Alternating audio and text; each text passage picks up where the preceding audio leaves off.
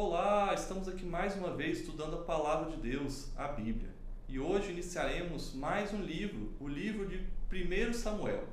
Só a título de introdução, tem o 1 Samuel, 2 Samuel, que formam uma sequência de acontecimentos. Então, iniciaremos no primeiro capítulo, vamos aos pontos de destaque de hoje.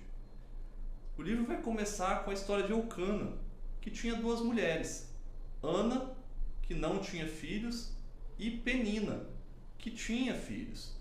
E aí, embora Eucana amasse mais a Ana e até a favorecia nos momentos que ia nas festividades ao Senhor, dando uma porção dobrada de alimento, Penina sempre a irritava, jogava na cara dela o fato dela não ter filhos, porque na época as pessoas acreditavam que a esterilidade ela era uma maldição de Deus. É porque Deus realmente não a queria bem. Então, a Penina jogava sempre isso na cara dela.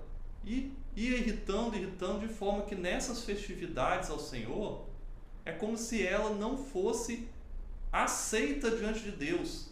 E ela ficava triste, não comia nada. E eram momentos horríveis para ela.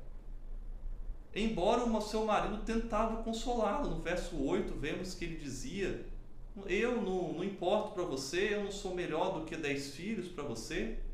Mas infelizmente ele não sentia a angústia que Ana sentia por conta dessa esterilidade, não ter filhos e ser afligida por sua rival Penina. E no segundo ponto nós vemos que certa vez, enquanto ela estava ali perante o Senhor no tabernáculo, ela se achegou mais perto para orar ao Senhor. E ela começou a orar no íntimo ao Senhor e só mexia os lábios. E aí o sumo sacerdote Eli, que ministrava naquela época, ele notou isso e tirou a conclusão precipitada de que ela estava embriagada. E foi lá e perguntou até quando ela estaria ali bebendo vinho, embriagada. E ela desmentiu, explicou a situação, que estava angustiada. E o sacerdote Eli, então, a abençoou, dizendo que Deus concederia o que ela estava pedindo, os desejos do seu coração. E com isso, ela aceitou a bênção e acalmou seu espírito, confiando que Deus realmente a ouvira e iria realizar o seu pedido. E aí a gente tira uma lição para nós, que é não realmente julgar as pessoas pelas aparências, pelo que a gente está vendo. Fazer pré-julgamentos, como ele fez aqui no caso de Ana. No terceiro e último ponto, vemos que Ana estava pedindo um filho a Deus. E ela prometeu que iria entregar esse filho ao Senhor por todos os seus dias. O consagraria como nazireu, dedicado exclusivamente ao serviço do Senhor. E aí ela ficou grávida e disse ao seu esposo o que havia prometido, o seu voto.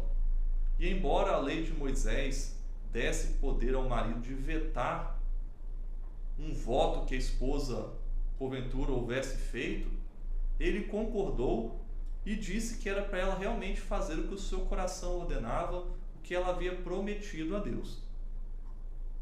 E ela realmente entregou o seu filho Samuel, assim que ele foi desmamado, ali no santuário ao sacerdote Eli. E disse para ele que ele era realmente o fruto da sua oração há alguns anos antes, quando ele a havia confundido como uma bêbada.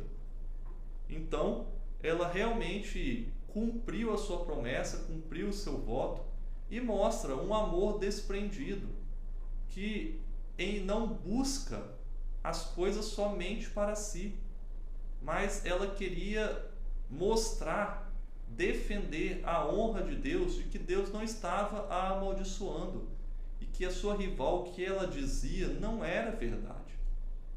E então ela cumpriu essa situação, e veremos aqui a história desse pequeno Samuel, que vai se crescer e tornar um dos principais juízes ali do povo de Israel.